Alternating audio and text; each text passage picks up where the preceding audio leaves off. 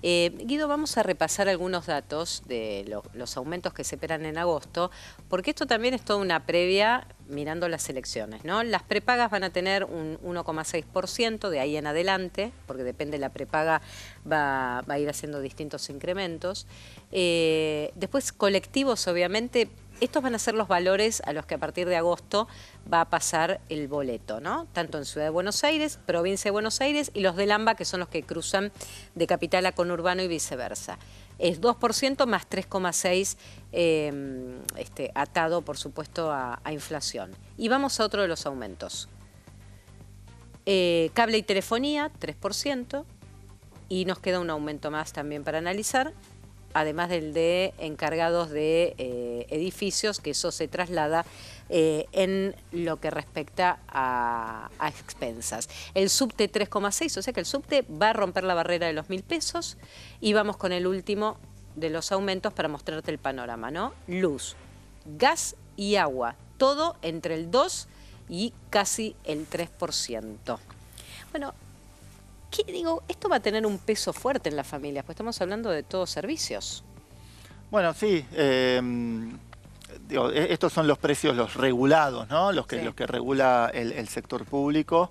La verdad es que el dato final de inflación va a estar muy vinculado a la evolución del tipo de cambio, ¿no? Y esa es la gran incógnita. El gobierno está haciendo todo lo posible para mantener un tipo de cambio acotado. Hizo una licitación que pagó una tasa mensual superior al 4% por una deuda que va a tener que... ¿Es caro eso? Es carísimo porque si la inflación del último mes la tuvimos en 1,6, la anterior en 1,5, y pagas pagar el 4, más del 4% por deuda que además vence en agosto, ¿no? Digo, es deuda de muy corto plazo. De hecho, en agosto se acumularon unos vencimientos enormes, más del doble de los que hubo en julio. Entonces, ¿por qué ofrece el gobierno esas tasas tan altas? Para que los grandes inversores queden en pesos y no se pasen al dólar. Qué caro, ¿no? Y sí, que si se pasaran al dólar, el dólar subiría y eso tendría un impacto inflacionario que se sumaría a estos precios regulados que veíamos recién. Ahora, lo impactante es, y ya me voy a ir a Córdoba para tener el termómetro de lo que está pasando, lo impactante es que, Guido, después cuando damos los datos de inflación, la gente dice, pero escúchame, el 1,5%, si la prepaga me aumentó el 1,5%, el gas me va a aumentar el 3%, el colectivo 5,5%, el subte se fue por encima de los 1.000 pesos. ¿Qué se está midiendo? Sé que me lo vas a explicar desde lo técnico, pero ¿cómo trasladar? A ver, estamos viviendo una distorsión de la economía, como en otras épocas, pero... Sí, no, a ver, no me voy a poner técnico porque la parte técnica es correcta. La del INDEC hoy no pasa lo que ha pasado en otros momentos, que el INDEC medía una inflación que no era real. Hay que tener en cuenta que el INDEC mide una canasta promedio de bienes que no necesariamente es la que cada familia enfrenta.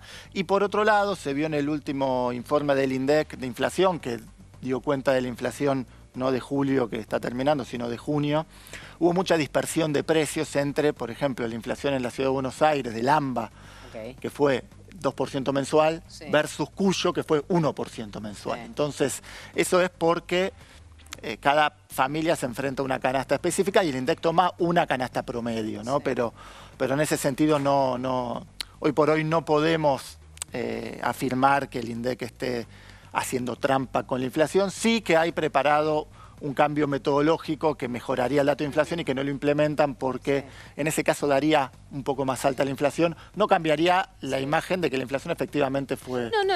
Y te digo, yo entendí desde el principio que no está cuestionado el INDEC como tal y que tiene que ver con un tema metodológico donde obviamente que esta canasta está hecha con otro país y otro mundo. Digo, año 2004, estamos hablando de la incidencia de esto. No estaba, y hoy para nosotros, para cualquiera, esto es fundamental, entonces estás dispuesto a pagar un poco más por los servicios, la incidencia de luz, gas y agua, de alquiler y de otras ponderaciones. Lo tengo claro. El tema es cómo le explicamos también a la sociedad y cómo nos explicamos que la inflación sea del 2%, vamos a por la Ciudad de Buenos Aires, y nadie te quiera aumentar el sueldo porque vos en realidad pagaste 5 o 10% más cosas esenciales. No, bueno, Se deprecia tu poder adquisitivo ahí. Exactamente, digo, los salarios han venido recuperando el año pasado, este año se estancaron, igual que la recuperación de la actividad económica. Eso obviamente no implica que la inflación sea otro valor. Lo que sí importa, relacionando con la primera parte de lo que hablamos, es que esta baja en la inflación que tuvimos se sostenga en el tiempo, porque si eso se sostiene en el tiempo va a permitir que los ingresos mejoren. Si se sostiene o no en el tiempo tiene mucho que ver con si el tipo de cambio se mantiene relativamente estable o no, pero después tenemos, porque la macro tiene muchas variables, no, tenemos el tema fiscal, ¿no? Claro. Porque todos esos intereses que se pagan hoy del 4 y más % mensual para sostener un tipo de cambio más o menos estable, repercuten en lo que tiene que pagar el Estado después de intereses, que por otro lado, por una cuestión también metodológica, no se reflejan en el resultado fiscal. Por eso el gobierno celebra, pero no te cuenta que exactamente. Abrió una deuda del 4%. Porque son intereses que se capitalizan. ¿Qué significa? No se pagan, sino que se incorporan automáticamente al capital. En algún punto el superávit primario existe, el superávit financiero no tanto, pero todavía no es un déficit alarmante. Ahora, si estas tasas se sostienen y si estos vencimientos se van acumulando mes a mes, ya va a empezar a ser un tema. Dejo una pregunta pendiente para ambos.